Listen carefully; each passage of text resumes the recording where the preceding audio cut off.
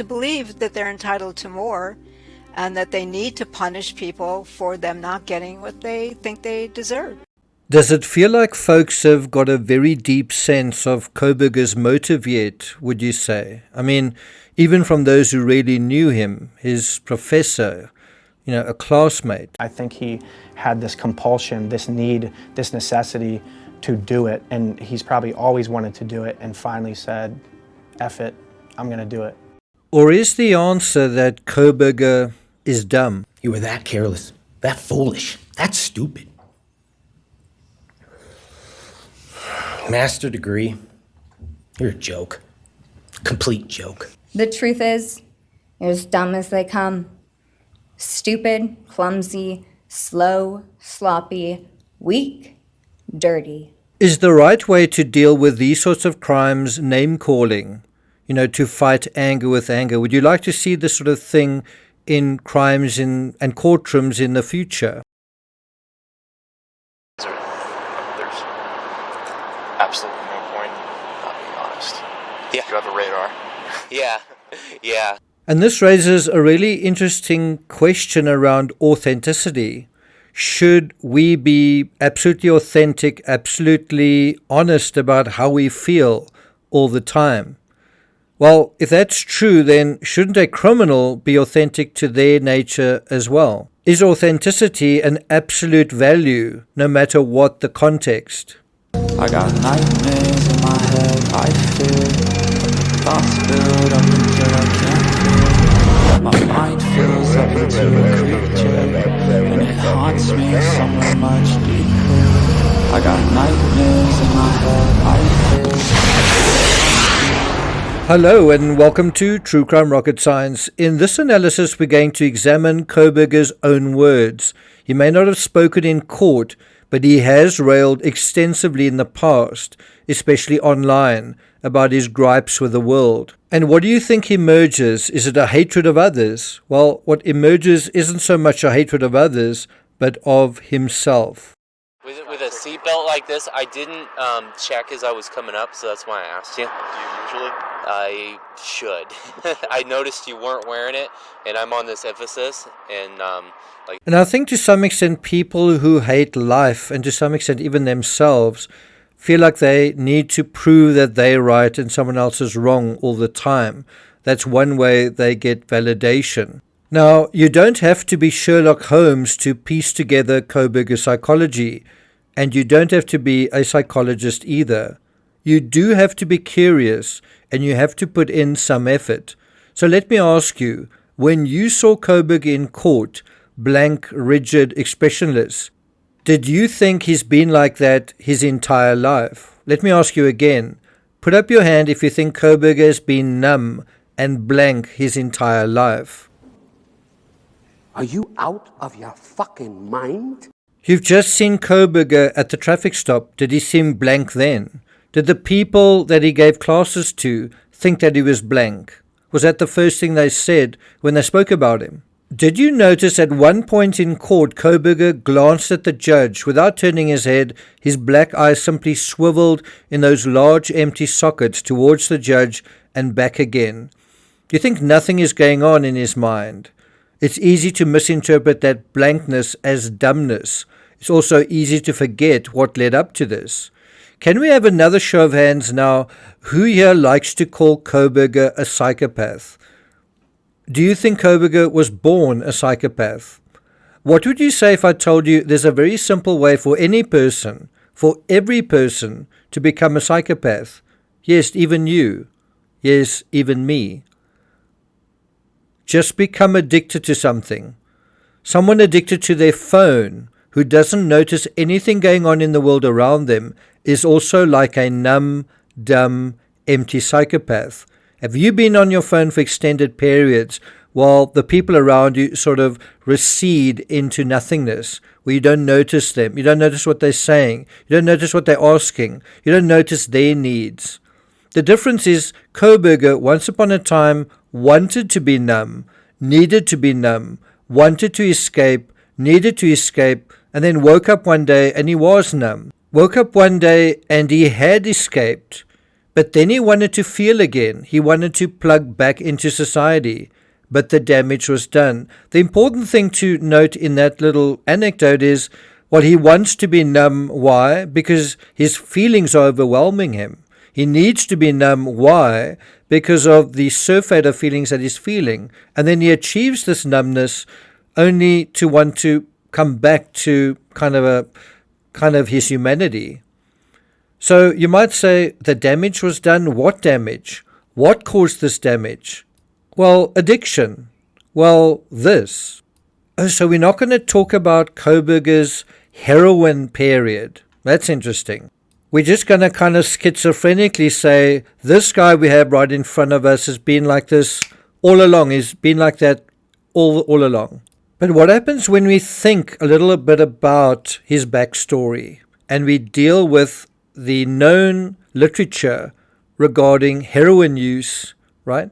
And so look at this, the ineffective emotion regulation strategies of heroin use disorder patients. Emotional regulation refers to the ability to influence which emotions we feel, when we feel them, and how we express or experience them. Now you might say, yeah, drug addicts go through that, not the rest of us. We don't watch movies or television or listen to music or eat particular food or expose ourselves to particular social media when we have a particular need to feel something. Just drug addicts do. Now, for many substance abusers, even recognizing an emotion is difficult. Let me say that again. For many substance abusers, even recognizing an emotion is hard for them. Never mind trying to have any sense of influence over them. So in other words, they are overwhelmed constantly by their own feelings. And they're trying to get some distance, some way to manage what they're feeling. This is particularly true if they've experienced trauma or chronic persistent stress, where they've had to numb to survive. Think about those words. They've had to numb to survive. Have you ever been in that situation? Or is this just a purview of psychopaths, criminals, and sort of really chronic addicts? Have you ever broken up with a person or been broken up with, and it felt like you didn't want to carry on living? Felt like you were being destroyed just simply by your own broken heart? And where you also felt, in order to survive this, you need to be numbed, that it was hard just to breathe. Have you ever experienced that? Is that someone who doesn't experience anything or is overwhelmed by their own feelings? Have you ever been in a situation where the people around you, not one or two, but a group, for whatever reason, decided that you were persona non grata, that you were a good target either to be bullied or to be ridiculed or to be sort of cast out, to be sort of treated as an outsider? Not a very nice feeling, that. Now, if we simply gloss over one news story, this one from January 13th, 2023, in the New York Times, we already get a very global overview of Kohberger's psychology, but more important, in his own words. Idaho murder suspect felt no emotion and little remorse as a teen. Wow, I think that means he was a psychopath all along. It's true.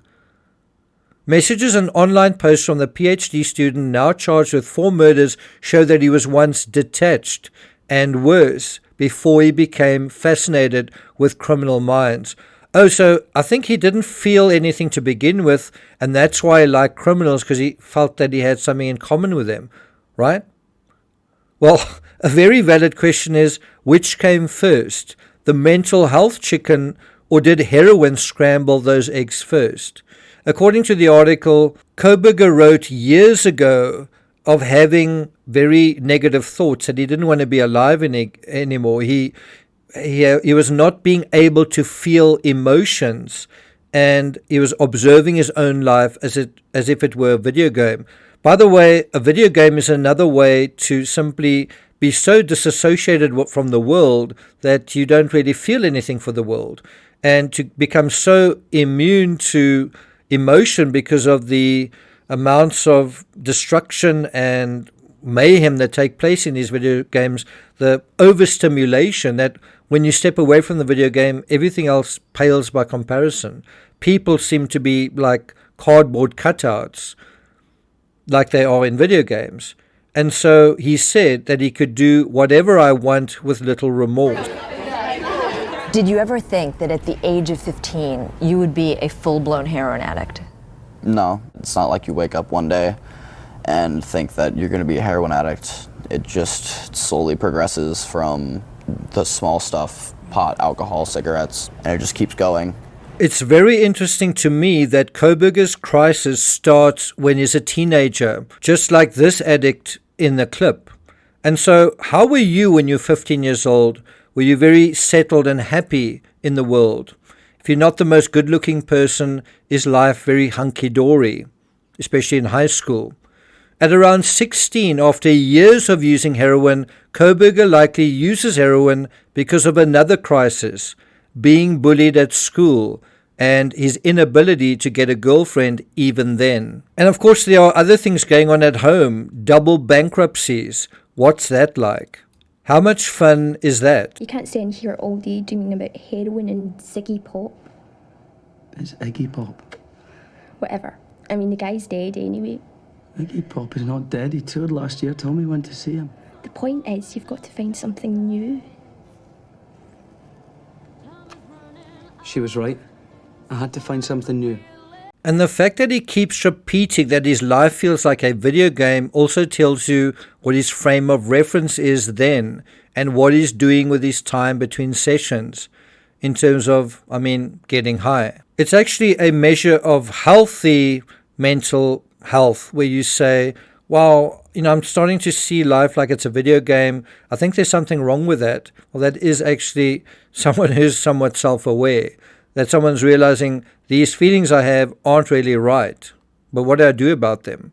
Now, we know about all of this because Kohberger reached out online in an online forum where he discussed his mental health struggles, as well as from interviews with those who knew him and messages he sent to friends that were obtained by the New York Times. Now, what's interesting is he didn't reach out online to incel forums. He reached out to people that were struggling with things like visual snow. He was identifying with them. When you don't have it, you're just kind of like, don't talk to me, leave me alone, you're just this whole different person. So you've tried to call hotlines. If you're alone and a loner, how do you reach out to anybody? If the reason you're doing this is because you don't have any friends or even a girlfriend, how do you reach out? Well, online, I guess. Another interesting question is whether he was a psychopath before he took heroin. What do you think? Or did the heroin use turn him into one? Because he seems to observe his own self suddenly unable to feel anything. Doesn't that mean once upon a time he did feel something? It seems, however, I really am the luckiest guy in the world. Several years of addiction right in the middle of an epidemic, surrounded by the living dead. But not me. I'm negative. It's official. And once the pain goes away, that's when the real battle starts. Depression, boredom. You feel so fucking low you'll want... Of course, Kohberger's life wasn't a process. He was simply a psychopath all along, a criminal all along. That wouldn't have anything to do with pumping tanker loads of chemicals into his body now, would it? Feeling pain. Do you see, after a year or more of heavy drug use of a particularly bad drug, that he wakes up and he goes, weird, I'm having trouble feeling shit. I was feeling a lot of feelings, and then I did this in order not to feel anything, but now I'm ready to feel something again. Except I can't. Take the best orgasm you ever had. Multiply it by 1,000 and you're still nowhere near it. Beats any meat injection. One of the after effects of heroin use, surprise, surprise, is impotency. Well, obviously, bozo, if you burn away your pleasure centers, of course you're going to feel numb. So overall, in these online posts that no one is remembering today, Kohberger paints a portrait of an anxious, isolated and depressed teenager who turns to heroin use before eventually getting clean and becoming fascinated with studying criminal psychology. So what does he really do? He cleans up his act, tries to go in the straight and narrow, only to be left out after all of that effort. It's kind of a heroic effort to come out of that and try and build up his life again, only to find it doesn't really matter. No one really cares. He's on the outside. No one really likes him. But look at those words, anxious, isolated, and depressed as a teenager. Now, how many of us didn't feel exactly those same feelings? And were we psychopaths? Who needs reasons when you've got heroin? Instead, what you really need are reasons when you come out the other side. But what happens when you come out the other side and society still hates you? Well, now you really need reasons. And what if the reasons that you do come up with aren't very positive? Feelings of resentment, feelings of rejection, feelings of anger and helplessness. But one thing that it is not feeling, not having feelings. Whatever those feelings are, though, of course, the rest of your life from that point onwards of using heroin is going to be one big disappointment. And it's easy to feel pretty resentful about that as well. You're playing with fire, and you're gonna get burned. If this is the explanation, how do you say it? How do you tell this story in court? What are you supposed to say? Where are you supposed to begin? Well, he could say, I feel like an organic sack of meat with no self-worth. That's what he wrote in 2011 when he was 16 years old, adding later in the same post, as I hug my family, I look into their faces, I see nothing. It is like I'm looking at a video game, but less. He does actually identify a very important part that is underpinning all of this, no self-worth. And that is something that you also experience and feel, self-worth. And what do you think heroin does to that? Well, it takes that little bit that is there, takes it away, strips it away. And so what are the classic regular and long-term heroin use symptoms? Well, a strong feeling of sadness, insomnia, and mental disorders. And how many of these were Brian Kohberger's lot? What does it mean when you don't care, when you're numb? What does it look like? All right, I'm not going to take it further than that, but I have put up a poll on my channel. Why didn't the psychopathic Kohberger kill Dylan Mortensen as well? If you haven't voted in that, please do, and we'll examine that in the next episode. Thank you for listening, and I'll see you guys next time.